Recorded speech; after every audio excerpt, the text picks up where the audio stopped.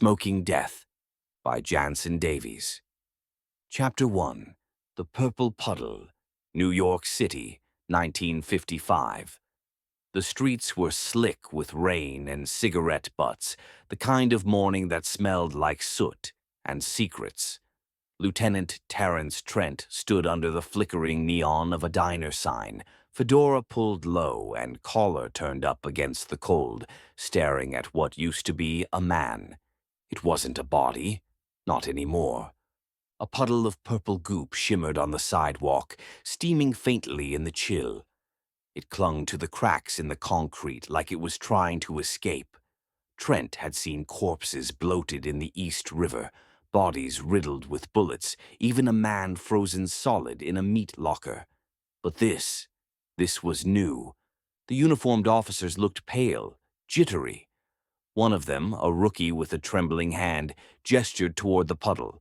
Witnesses say he lit a cigarette, coughed once, grabbed his throat, and then just melted. Trent knelt beside the puddle, the acrid scent of tobacco still lingering in the air. He spotted the cigarette, half-smoked, its filter stained with something darker than blood. Carefully, he plucked it with tweezers and dropped it into an evidence bag. "Where's the body?" he asked. The senior patrolman pointed to a row of metal buckets lined up by the curb. "That's him. We mopped him up." Trent blinked. "You mopped him?" Lab said they couldn't do a standard autopsy. Morgue said they'd try to analyze the remains. Trent stood, brushing rain from his coat. "Get the buckets to the morgue, and have this cigarette rushed to the lab. I want results yesterday." The patrolman nodded and jogged off, buckets sloshing. Trent lingered, watching the remains of the puddle fade into the storm drain. Something about it felt wrong. Not just the color or the way it steamed. It felt deliberate, like the man hadn't died, like he'd been erased. He turned toward the crowd. A dozen faces stared back, some curious, some horrified. One woman clutched her child. An old man puffed on a pipe, eyes narrowed. A teenager flicked a cigarette into the gutter and stepped away. Trent scanned them. Witnesses. All of them. He'd need statements, names, addresses. But even as he approached, a strange unease settled in his gut. Something was watching him. Not someone. Something. Back at the precinct, the rain followed him like a curse. He dropped the evidence bag on the desk, scribbled a note for the lab tech, and poured himself a cup of coffee. It tasted like burnt rubber. He checked the morgue log. No delivery. He called the lab. No cigarette. He called the patrolman's home. No answer. Trent stared at the empty evidence locker. The puddle was gone. The cigarette was gone. And soon he'd learn the witnesses were disappearing too. But for now he lit a match, watched it burn, and whispered to himself, "What the hell is going on?" Chapter 2. Vanishing Evidence. The precinct smelled like old coffee and wet wool. Lieutenant Trent stepped through the front doors with rain dripping from his coat. He moved fast. He wanted that cigarette logged, tagged, and tested before the city swallowed it whole. But the city was already working against him. At the lab, the technician blinked at him. "Cigarette? What cigarette?" Trent frowned.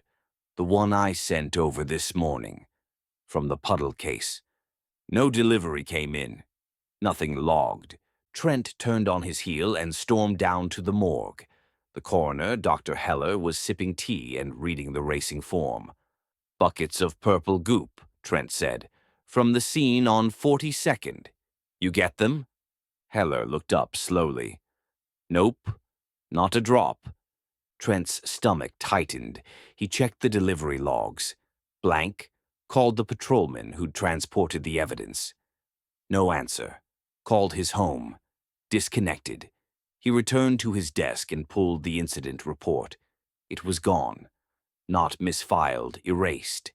He checked the witness statements. Nothing. No names, no addresses, no trace. He stared at the empty folder, then at the precinct around him. Something had shifted. The air felt colder. Conversations stopped when he passed. His partner, Russo, avoided eye contact. Captain Mallory gave him a tight smile that didn't reach his eyes. Trent felt it in his bones. He was being watched, not just followed, monitored, managed. He stepped outside for air. The rain had stopped, but the city felt damp with secrets. A man in a trench coat stood across the street, pretending to read a newspaper. Another leaned against a lamppost, smoking, eyes locked on Trent. He walked, fast, took turns without thinking, ended up in an alley behind a diner. The smell of grease and cigarettes hung heavy. He leaned against the wall, trying to breathe. A voice behind him. "You shouldn't be asking questions." Trent spun. No one there. He returned to the precinct and pulled every file he could find on unexplained deaths, melting bodies, strange cigarettes, purple residue. Most were gone. A few remained, scrawled notes, half-redacted reports, cases closed without autopsy. He found one from 1947. A soldier in uniform had collapsed in Times Square. Witnesses said he'd lit a cigarette and dissolved. The report was marked classified and sealed by an agency Trent had never heard of. He stared at the name, Project Smoker. Then the phone rang. "Lieutenant Trent." The voice was shaky.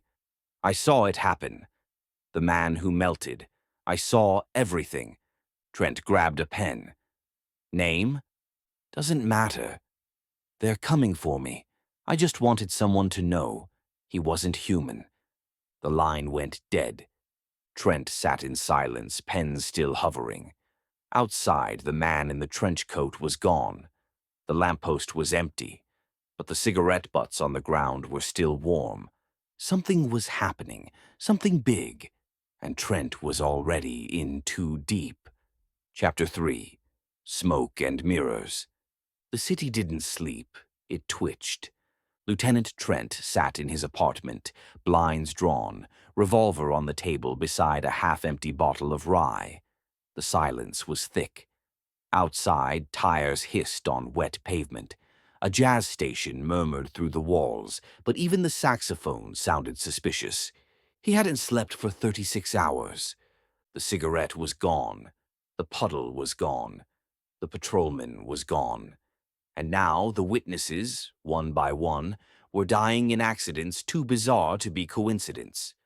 A woman crushed by a falling billboard, a cab driver electrocuted by his own radio, a child's balloon igniting midair and incinerating a man in a crowd. Trent had seen the reports. He'd seen the names. They matched his witness list. Someone was cleaning up. He walked to the precinct the next morning and felt it immediately.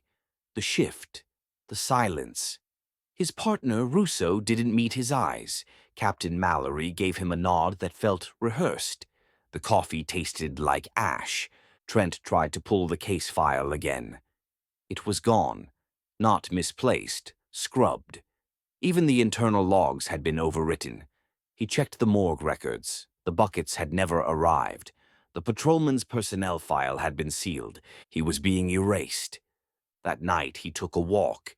No destination, just motion. He passed diners, bars, newsstands, and everywhere, smoke, cigarettes in every hand, clouds drifting from every doorway.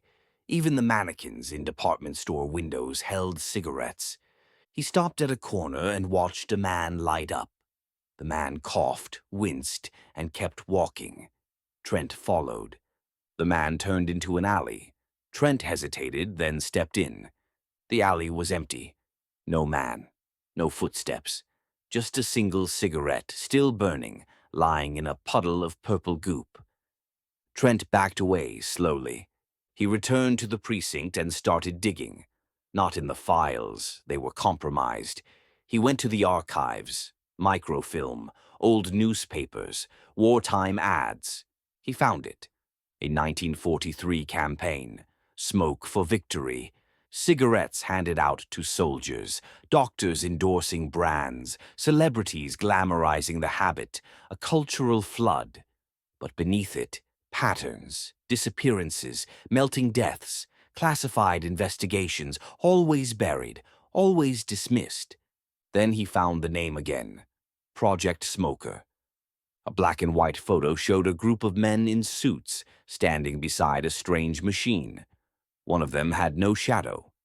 Trent stared at the photo until his eyes burned. His gut told him he was being hunted. Not by men, not by criminals, by something else. That night he sat in a diner, trying to think. A waitress poured him coffee. A man at the counter lit a cigarette and stared at him. Trent reached for his revolver. The man stood, walked past, and whispered, "You're getting too close." Then the window shattered.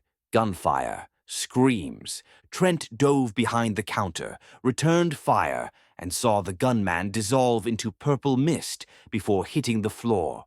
The waitress screamed. Trent ran. He didn't stop until he reached the river.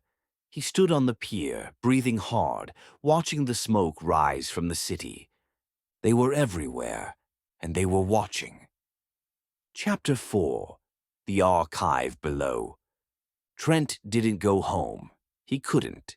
Not with the precinct watching him like a virus. Not with the city whispering in smoke. Instead, he took the subway uptown, past the usual stops, to a forgotten station beneath the Public Records Building. It was a place he'd visited once as a rookie, an archive of unsolved cases, sealed files, and bureaucratic ghosts. If the official reports had vanished, maybe the shadows still held something. The air was thick with mildew and dust. Rows of cabinets stretched into darkness, each drawer labeled in faded ink. Trent moved like a man possessed, pulling files, scanning headlines, piecing together a mosaic of the impossible. 1942. A nurse in Brooklyn collapsed after lighting a cigarette. Witnesses described a chemical reaction and purple fluid. 1949. A jazz musician dissolved on stage mid-solo. His trumpet was found fused to the floor. 1951. A senator's driver vanished in his car. Only a smear of violet remained on the leather seat. Each case had been closed, each explanation absurd. Spontaneous combustion. Industrial contamination. Psychogenic fugue.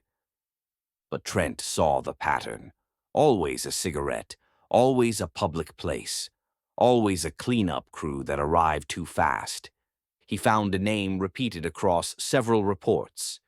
Dr. Elias Holtz, a civilian consultant, chemistry background, last known address, Manhattan, East 12th.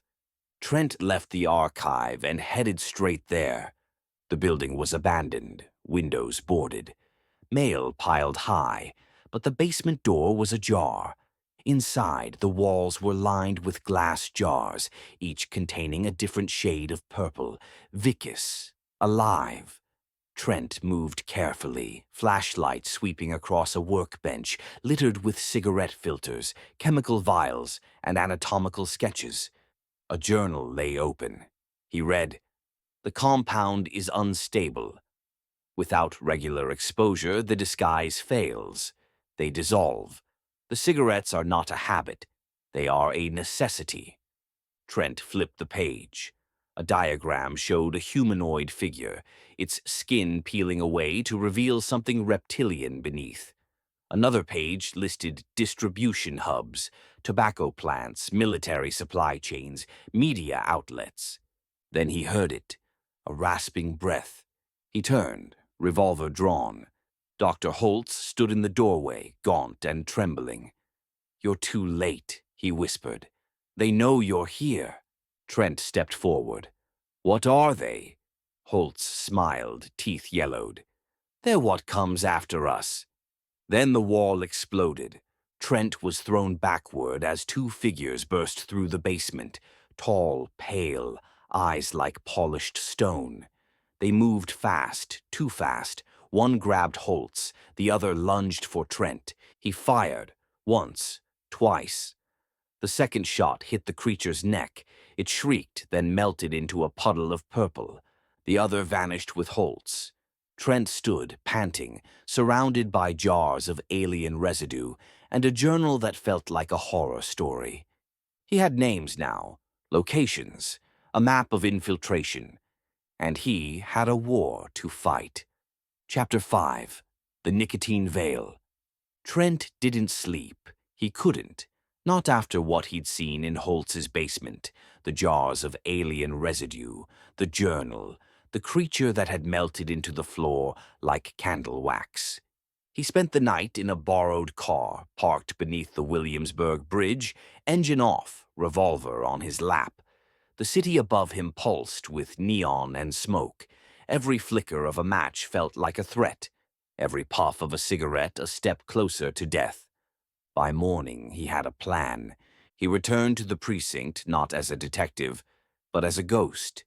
He moved through the halls like a man already dead. No one greeted him. No one asked about the case. Rousseau was gone. Captain Mallory's office door was shut. Trent slipped into the records room and pulled the precinct's personnel files.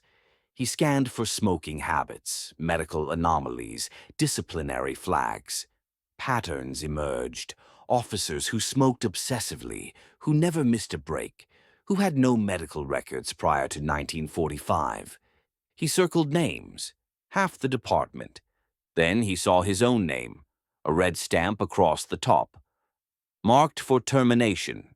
He left the precinct and headed for the public library. Not for books, for blueprints. He needed to understand the distribution network, tobacco companies, processing plants, advertising agencies. He found a map of supply chains.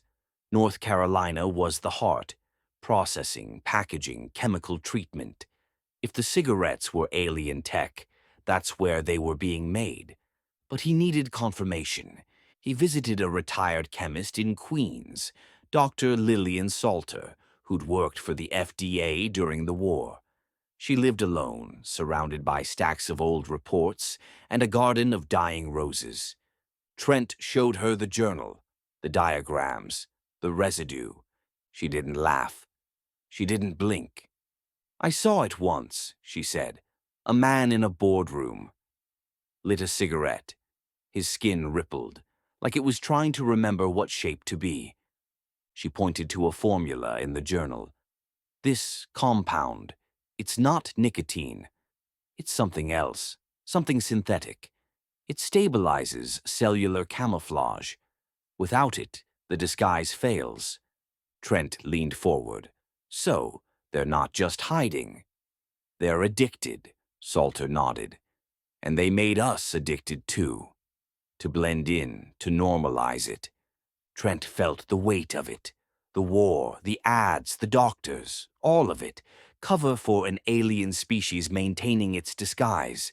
He left Salter's house with a vial of the compound and a list of tobacco plants using it. One stood out. A facility in Winston-Salem, guarded, remote, and flagged in Holtz's journal as primary synthesis site. Trent knew what he had to do. But first he needed help. He made a call, a number scribbled in the margins of Holtz's notes. It rang once, then a voice answered. "You're late." Trent said nothing. The voice continued. "Meet me in North Carolina. I'll show you what they're hiding." Then the line went dead. Trent stared at the receiver, heart pounding. He wasn't alone, and the war had just begun. Chapter 6. The Defector.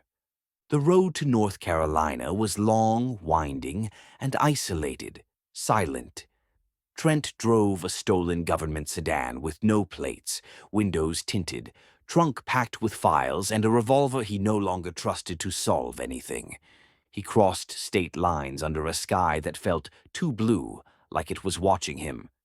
Every gas station clerk looked twice. Every motel manager asked too few questions. Smoke curled from every porch, every diner booth, every factory gate. They were everywhere. The meeting point was a shuttered tobacco warehouse on the outskirts of Winston-Salem. Rusted signage, broken windows, the kind of place that had once fed the world's addiction and now stood hollow, like a mausoleum. Trent entered through a side door and found him waiting. His name was Ralvek. He looked human, tall, lean, mid-40s, with a southern drawl and a face like a preacher who'd lost his faith. But his eyes were wrong, too still, too symmetrical. "You're late," Ralvek said. "You're not what I expected," Trent replied. Ralvek smiled. "I used to be better at it. The disguise, looking human.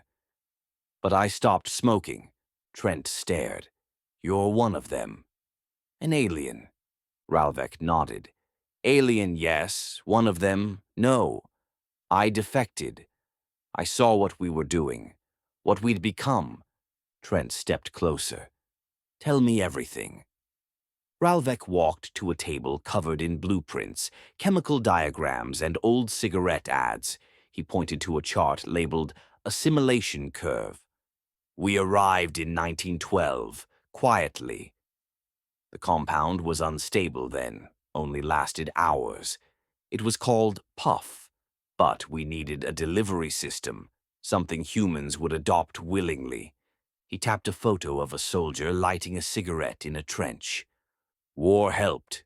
Fear helped. We gave them comfort. We gave them addiction.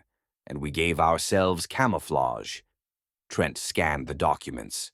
"So every smoker. Not all, but many. Enough. We seeded ourselves into every system. Police, government, media. The cigarettes kept us stable. Without them, we dissolve." Trent's voice was low. "Like the man in New York." Ralvek nodded. "He missed his dose. Got careless." Trent leaned over the table. "Why defect?" Ralvek hesitated. "Because we were supposed to observe, not replace. But the directive changed. Full integration. No more humans. Just hosts." Trent felt the weight of it. The war, the ads, the glamour. All of it. Cover for a slow invasion. Ralvek pointed to a map. "This plant, here. It's the synthesis hub. The compound, Puff, is refined, bonded to tobacco, shipped globally. If we destroy it, they lose their disguise." Trent studied the layout. Guard towers, fences, internal labs. "We'll need weapons," he said. Ralvek opened a crate. Inside, alien tech. Compact, metallic, humming faintly. "These disrupt cellular camouflage. They won't kill, but they'll reveal." Trent picked one up. It felt warm, alive. Ralvek looked him in the eye. "You ready to see the world as it really is?" Trent holstered the device. "I already do." Outside, the wind picked up. Smoke drifted from the plant's chimneys like a signal. The war was coming, and Trent was done watching. Chapter 7. The Factory Siege. The Winston-Salem plant loomed like a temple of addiction. Steel towers, barbed fences, and smokestacks exhaling the lifeblood of a species that wasn't supposed to be here. Trent and Ralvek crouched in the tree line, watching the compound buzz with activity. Ralvek adjusted the alien disruptor strapped to his wrist. "They'll sense us the moment we breach the perimeter." Trent checked his revolver, then the alien tech holstered at his side. "Then we don't breach. We infiltrate." They moved at dusk, slipping through a drainage culvert beneath the fence. Inside, the plant was a maze of conveyor belts, chemical vats, and workers who looked human until you watched them too long. Their movements were too fluid. Their eyes didn't blink. Ralvek led them to the central lab where the compound was synthesized. The air was thick with the scent of tobacco and something else. Metallic, electric, wrong. Trent scanned the room. Vats of glowing liquid, racks of cigarettes, each filter marked with a symbol he didn't recognize. A technician turned toward them, eyes flashing silver. Ralvek fired first. The disruptor pulsed, and the technician convulsed, skin rippling, then collapsed into a puddle of purple. Alarms blared. Trent moved fast, planting charges along the vats. Ralvek covered him, firing at guards who melted mid-sprint. The factory shook with panic, workers dissolving, machines sparking, the compound destabilizing. Then the overseer arrived, tall, regal, skin like polished obsidian. It didn't speak. It didn't need to. Its presence was a command. Ralvek froze. That's one of the originals. They don't melt. They consume. Trent raised the disruptor. Then we starve it. The overseer lunged. Trent fired. The pulse hit its chest, and for a moment its disguise flickered, revealing a creature of smoke and bone, wrapped in a membrane of stolen flesh. Ralvek tackled it, driving a charge into its core. The overseer shrieked, then imploded, taking half the lab with it. Trent dragged Ralvek out as the factory erupted behind them. Smoke billowed into the sky, thick with the scent of failure. They didn't stop running until they reached the tree line. Ralvek collapsed, breathing hard. 7 days. That's how long they last without the compound. Trent stared at the burning plant. Then, in 7 days, the world changes. Ralvek looked at him. You'll need to be ready. When they fall, people will see what's been hiding in plain sight. Trent nodded. I've been ready since the first puddle. Behind them, the factory burned. Above them, the stars watched. And somewhere across the globe, disguised aliens lit their last cigarette. Chapter 8. 7 Days. The countdown began with silence. Day 1. A pilot collapsed mid-flight over Chicago. The plane landed in a field, the cockpit filled with purple mist. Day 2. A live broadcast in Berlin ended abruptly when the anchor dissolved on air. Viewers screamed. The footage was buried. Day 3. A senator in D.C. convulsed during a press conference. His skin peeled away like wet paper. Day 4. A subway conductor vanished between stations. Commuters emerged covered in violet residue. Day 5. Hospitals overflowed with patients suffering from cellular instability. No diagnosis. No cure. Day 6. The president canceled all public appearances. Rumors swirled. Smoke thickened. Day 7. The world cracked open. Trent watched it unfold from a motel room in Virginia, the television flickering with emergency bulletins and static. Ralvek sat beside him, pale and silent, his disguise fraying at the edges. They're falling, Ralvek whispered, everywhere. Trent didn't respond. He was watching a live feed from Times Square, people screaming, bodies melting, police uniforms dissolving, purple puddles pooling in gutters. The curtain was lifting. Across the globe, the disguised aliens, those who had relied on the compound, were unraveling. Drivers vanished mid-commute, soldiers dissolved in tanks, teachers collapsed in classrooms, celebrities melted on red carpets, politicians liquefied behind podiums. The world was seeing itself for the first time. Trent's phone rang. It was Captain Mallory's line. He answered. A voice he didn't recognize said, "The precinct's half empty. Your partner's gone. Your commander, too. We need you back." Trent hung up. He turned to Ralvek. "What happens now?" Ralvek stared at the screen. "Some will survive. The ones who never needed the compound. The ones who evolved. They'll hide. Adapt, wait."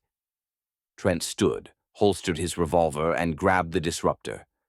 "Then we keep watching," Ralvek nodded.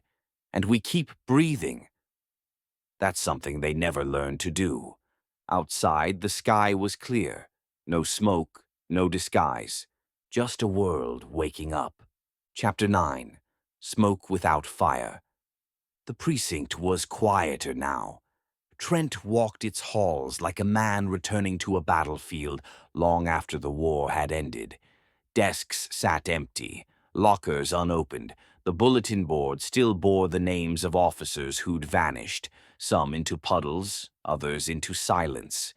He didn't ask where they'd gone. He already knew. Captain Mallory's office was sealed. Russo's badge had been turned in by a civilian who found it on a park bench. The coffee machine still worked, but no one lingered around it anymore. Trent sat at his desk, staring at the city through the rain-streaked window. Outside, people smoked less. Billboards had changed. The glamour was fading. But the habit remained. He knew the war wasn't over. Not really. Ralvek had disappeared after the 7th day, leaving only a note. Some of us will hide. Some will evolve. Watch the ones who stop smoking. Trent kept the disruptor in his coat pocket, the revolver in his desk drawer, and a map of tobacco distribution centers pinned behind his door. He read every autopsy report, every unexplained death, every whisper of purple residue. He didn't chase ghosts anymore. He waited for them to come to him. Some nights he walked the city alone, past diners and alleyways, past the spot where the first puddle had steamed in the rain. He watched for the flicker in someone's eyes, the too perfect symmetry, the cigarette held like a lifeline. He didn't smoke. Not anymore. He breathed, and he watched. Because a light had been turned on, but the shadows hadn't left. And in New York City, Lieutenant Terrence Trent was still on the case. The end. Please like, comment, and subscribe. Thank you.